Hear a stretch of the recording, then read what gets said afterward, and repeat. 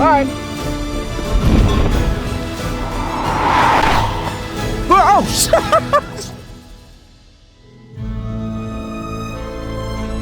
This is the Lotus Emeya, a 900 horsepower electric hyper GT designed for one thing: to destroy the Porsche Taycan. It's an all-electric saloon promising the incredible performance we expect from Lotus alongside the comfort and luxury that we don't. Our mission today is to assess these credentials on a road trip from Munich to Austria, along the way testing its luxury, its range, its recharging ability, and its wild performance. And by doing all of that, we're going to aim to answer one burning question. Is this four-door, four-seater electric car a true Lotus? At first glance, it might seem that a four-seater Lotus is complete blasphemy, but the company has form. In 1990, they gave us the Lotus Carlton, based on a Vauxhall but manufactured in Heffel, offering 4 doors, 4 seats, and for years holding the record of being the fastest 4-door car on the planet. Prior to that, in 1973, they brought us the Elite, the Wedge, designed to take Lotus more upmarket and away from its kit car roots. It had a sophisticated exterior and a 4-seat interior designed by Guigaro, the man behind the DeLorean, amongst many other legends. But even further back, in 1967, Lotus gave us the Elan Plus 2, a 4-seater designed with a stated objective to carry 2 adults and 2 children up to 1,000 miles in comfort. Fast forward to 2024 and they're back to producing more practical cars, including the 4-seater Eletre SUV, and of course, the car we're road tripping in today. First things first, I think we should have a look around. They've just given me the keys, and I've got to say, this is one of the most gorgeous keys you will ever see. It's a bit like a pebble. It's perfect for skimming. I'm definitely going to lose that. Elsewhere, the car itself looks quite good as well. I love these kind of L-shaped, almost like boomerang LEDs. And then you've got this main beam hidden down below, a cutout section at the front. And then the vents at the bottom are incredible as well. These actually open and close like the petals of a flower to either increase the airflow to cool the batteries in the motor or close up to increase aerodynamic efficiency. Around the side, well, you can notice it has 4 doors, which is very unusual for a Lotus. The one thing that I notice as well is how tall this car is. So I'm 5'11", and look how high up it goes. I'd have personally preferred something a bit lower because that's actually not too far off the Eletre SUV. It's a bit bulbous in the midsection, don't you think? But then you get round the back and it starts to get really sleek again. Back here is where you're going to find this deployable rear spoiler, these lovely lights, and also an example of Lotus's so-called porous design philosophy, which basically means there are holes in the car. There's one here where I can actually see the wheels through that, and then you've got the air curtains at the front, again, more porosity. Yeah, I think it's a decent looking car. Right, next job is to load it up and head on a road trip. So let's check out the boot. So what we're looking at here is a 507 litre boot. That's what it says on the press release, but in reality, it's quite shallow, and I'm not sure that's 507. Apparently 100 litres more than a Taycan. I'm not sure about that. And then there's a tiny bit of underfloor storage, but again, not huge amounts. There is a front trunk as well, but it's very, very small. So I'm slightly worrying now that we'll be able to get all our luggage and camera equipment in the back, but we'll give it a go anyway. Let's start loading it up.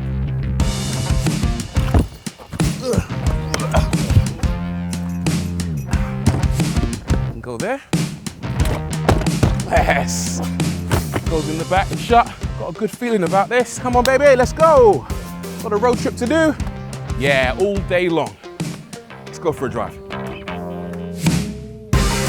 A quick reminder that if you want your own Lotus, Auto Trader UK can help you with that. We've got thousands of brand new cars, including petrol, electric, and hybrid, available to buy or to lease. So if you fancy getting your hands on a brand new Eletre or something like it, then follow the link down below. Our journey begins just north of Munich in a town called Schwabhausen, where I planned to drive a few hours to the border with Austria to pick up one of my favorite driving roads in the world, before then heading back again. Plenty of driving and plenty of time to get to know the Emeya. Before all of that, some first impressions. Bit weird, isn't it? You got a British car company that's been bought out by the Chinese, and they're launching the car in Germany, and the vehicle itself is on Dutch plates. Doesn't get much more multicultural than that, does it? It feels like quite a big car, this thing. Very wide and also long, which means that if you're not very confident driving it through urban environments, then you might feel a bit intimidated by it. But the driving position isn't too bad. I find it interesting how the bonnet swoops down quite dramatically, so you can't actually see the end of the car. I don't know if that helps or hinders my perception of what's going on around me. One thing I'm not very fond of are the lack of mirrors. Instead, I've got these cameras on the doors on the outside, and they're linked to these screens on the actual door cards, and you're meant to use those as your side mirrors, and I can't wrap my head around those. Instinctively, I've got decades of muscle memory forcing me to look in the wrong place, and then I have to physically kind of remind myself to look a bit lower, and then when you do look lower, it takes a while for your eyes to focus on those tiny screens and actually make out the vehicles that are behind you. Yeah, not a fan of those. The other thing I'm not that keen on are the brakes. So this particular model is riding on carbon ceramic brakes, which I'm sure are very strong, but they take a while to get used to. You try and push them really gently, but the car seems to react almost too aggressively to even tiny inputs. So coming to a stop in a smooth fashion is next to impossible. That's going to take a lot of getting used to. I mean, there are these paddles on the steering wheel which let you change the, oh, hello coach, which let you change the level of brake regeneration. You can increase it or decrease it and almost drive it with one pedal, but even then, it's difficult to drive this car smoothly on the brakes, it really is. But there are things I like about it. The indicators are cool. If I indicate left, I hear the sound on the left. If I indicate right, I hear the sound on the right. But the car does a fair bit of bonging and beeping for lane departure or speeding. And if you get a bong or a beep in the middle of your indicating, then the indicator disappears. You wonder, am I indicating? So it does get a little bit confusing. I do like these as well, these cup holders. These are fancy.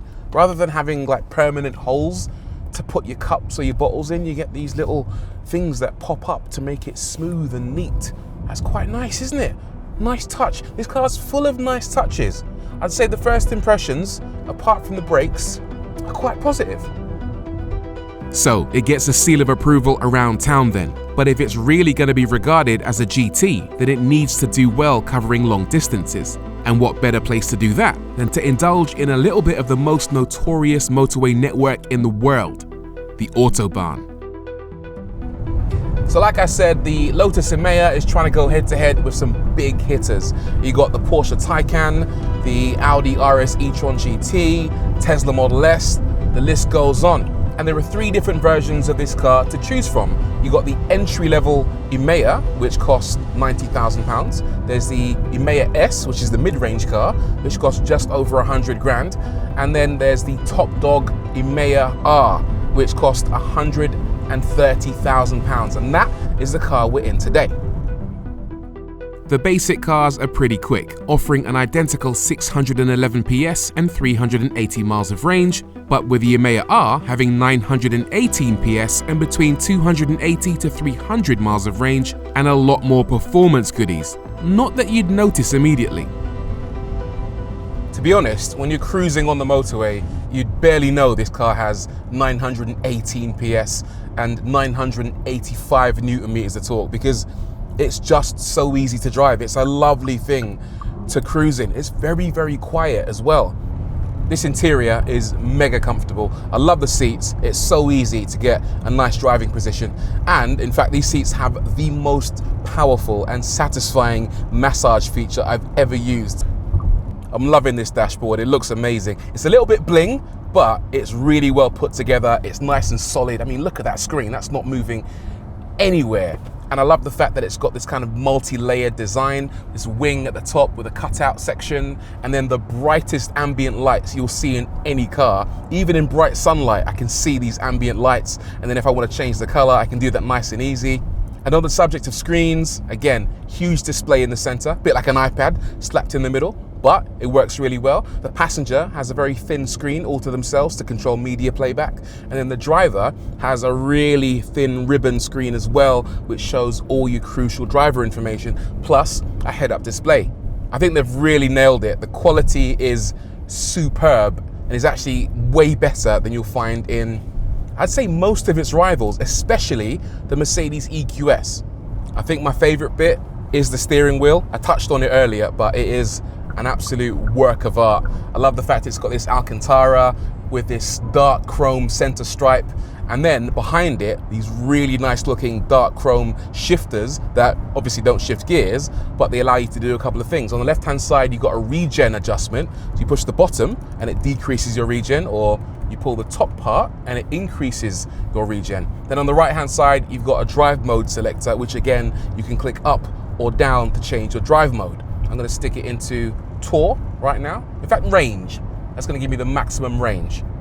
There's also some physical buttons on the center console as well for adjusting your temperature, but the only downside is the fact that most of this car's functions are controlled through the touchscreen.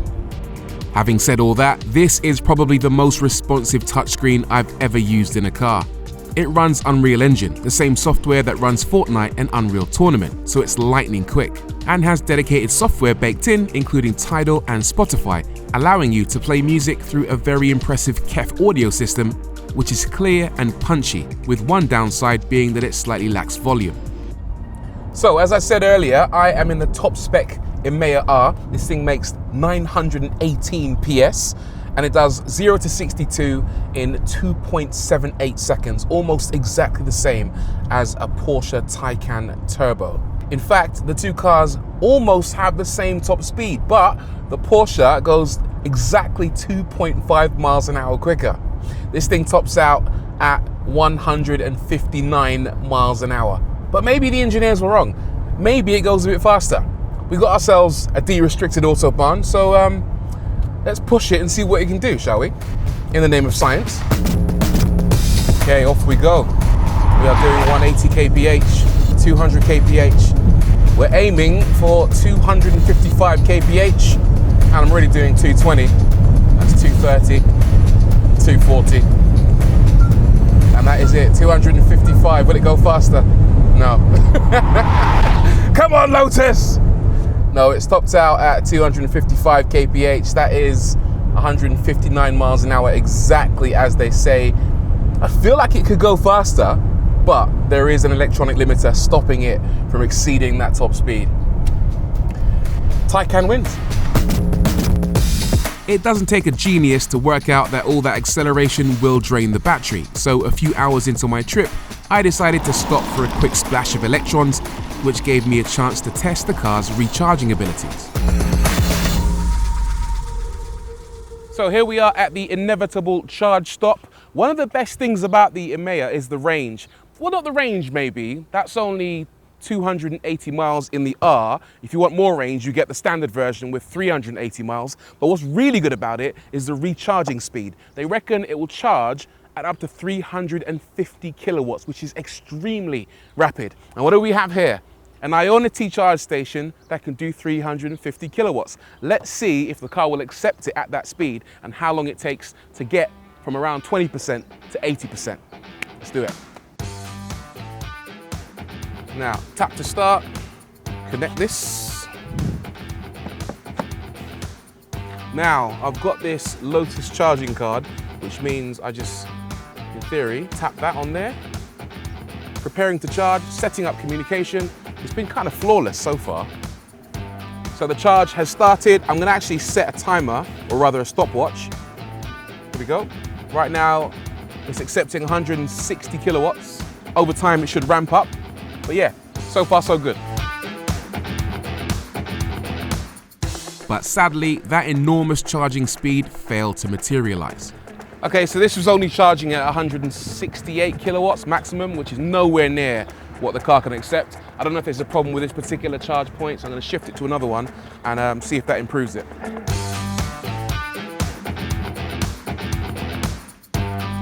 Take two.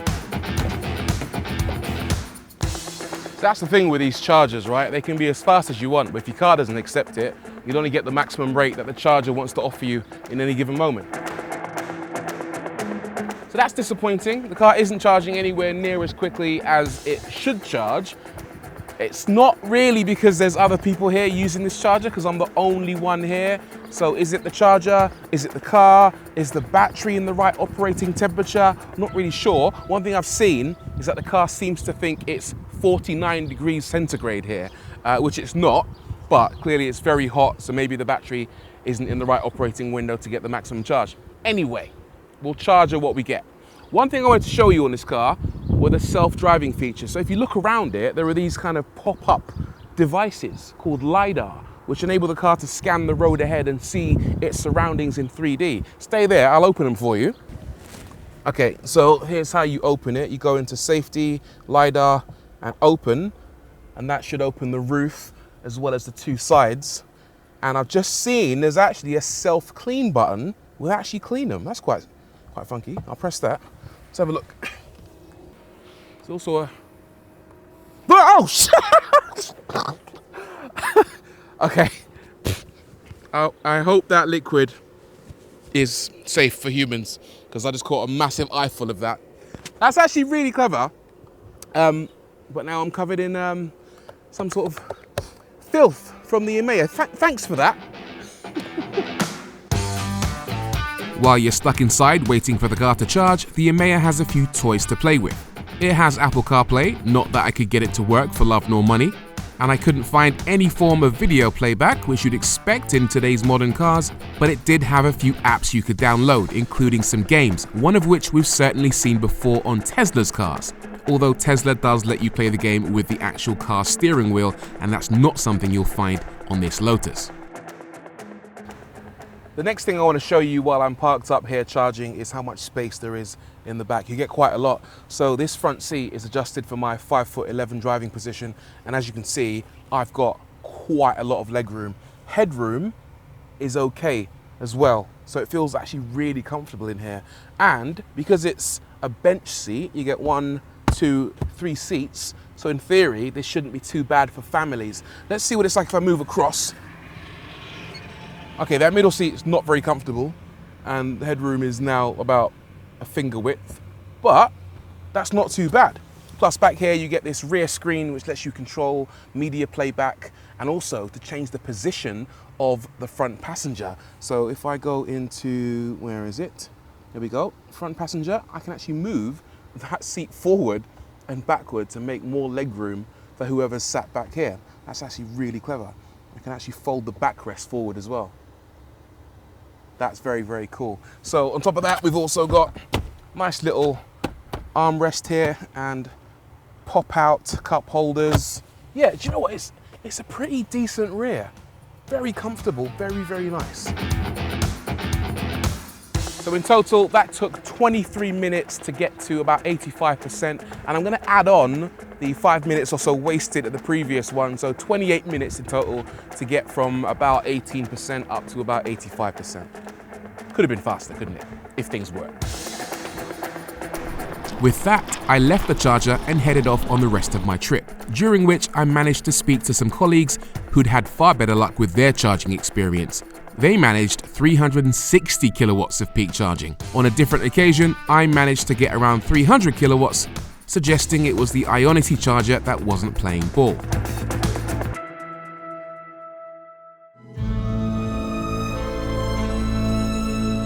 Fast forward a few hours of driving through Germany, and I finally arrived at my destination, a favorite road of mine, the Riedberg Pass.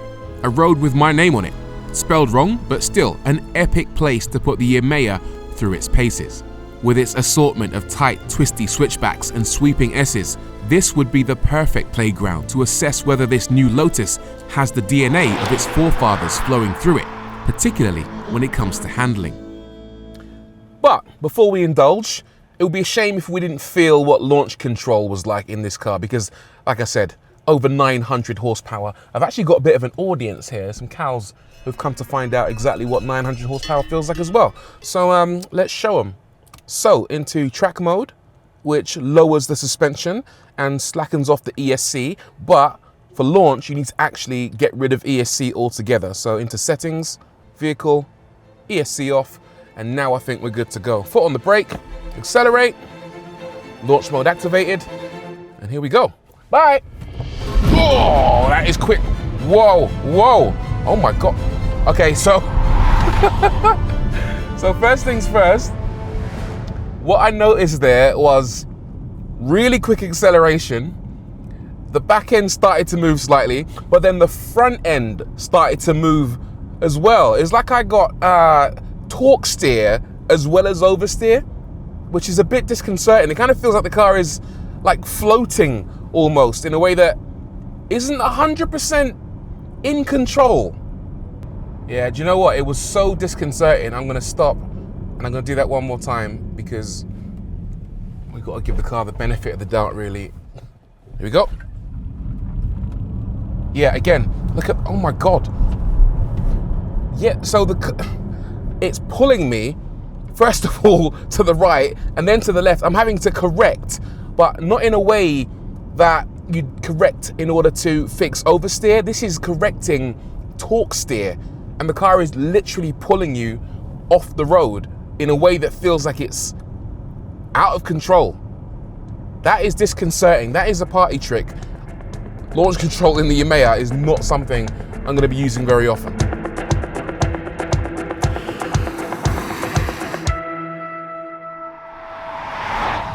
So I'll be honest, I'm actually not holding out that much hope for this car, dynamically speaking, because it's about as far away as you can get from a traditional Lotus. The thing is heavy. It weighs about 2.5 tons, and for reference, that's about 2.5 Lotus Elises.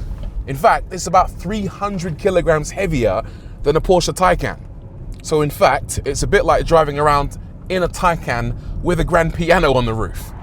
But I'll tell you what, I'm really impressed with this steering. So it's not as impressive as the steering you get in, say, a Lotus Exige, obviously, because those are hydraulically powered steering systems, and this is electric, but it's actually surprisingly decent. This is a big old car. It occupies quite a lot of the lane, but I can place it exactly where I want it. And actually, once you're locked onto a radius, it keeps it faithfully. In a lot of cars, you make a steering input and then you get to the corner and you realize, hang on a minute, I haven't got enough lock or I've got too much lock. But with this, you make your turn and it stays nice and true to the radius of the corner.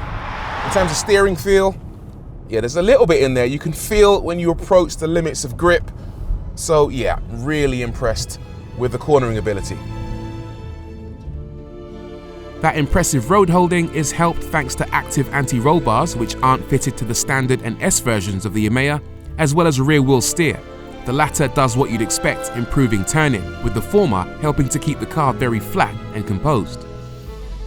One of the reasons it's so good in the corners are these tires. These Pirelli P0Rs have fantastic amounts of grip. They sit somewhere between the standard P0s and the Trofeo RS, and the level of grip they provide is immense. I imagine this car would actually do really well on track with this rubber. And the evidence of that is right now, I'm actually pulling about 1.1 Gs in the corners. Now, for reference, this car will pull about a G in acceleration, and we know how violently it accelerates. So being able to pull 1.1 in the bends just shows you how hard it's clinging on in the corners. What's it like when you put the power down out of a corner? Yeah, you put your foot down and you can actually start to feel a little bit of oversteer.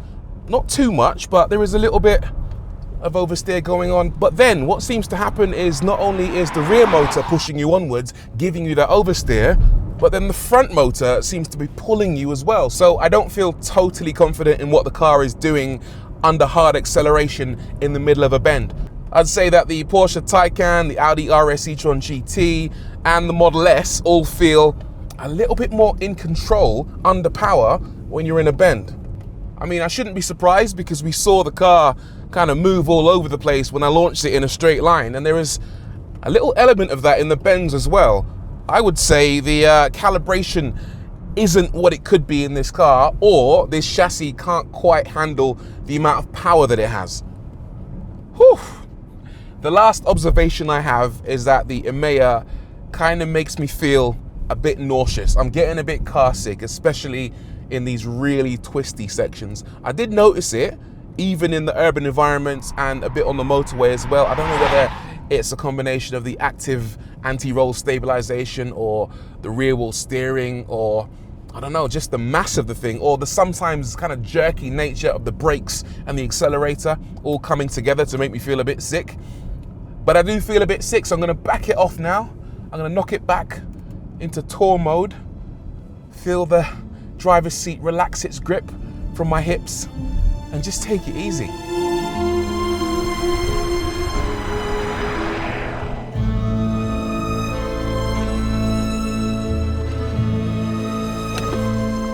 So, the Lotus Emeya, the Hyper GT. That's what they're calling it, right? Do you know what? I think they've hit the nail absolutely on the head, because this is a fabulous, fabulous Grand Tourer. It's absolutely swallowed up everything we've thrown at it. Urban environments, motorways, exciting twisty back roads. The one question I had in my head though was, is this car as good as Lotuses of old? And the answer, honestly, is no. Because in a lot of ways, it's actually even better. It's far more comfortable, more technologically advanced, and way more suitable for daily use. It's also fun to drive. I wouldn't recommend the slightly sketchy launch control, and I still think the Porsche Taycan, Model S and Audi RS e-tron GT feel slightly more natural in the bends, but the Emeya R is still an enormously entertaining car. As a Hyper GT then, it does an impressive job, but a small part of me does wonder whether it needs to be quite as hyper as it is. A true Lotus? No, but when it's as versatile as this, that's not necessarily a bad thing. It kind of makes me want to turn around and do it all over again. Actually, that's the only way I'm getting home, so I think I will.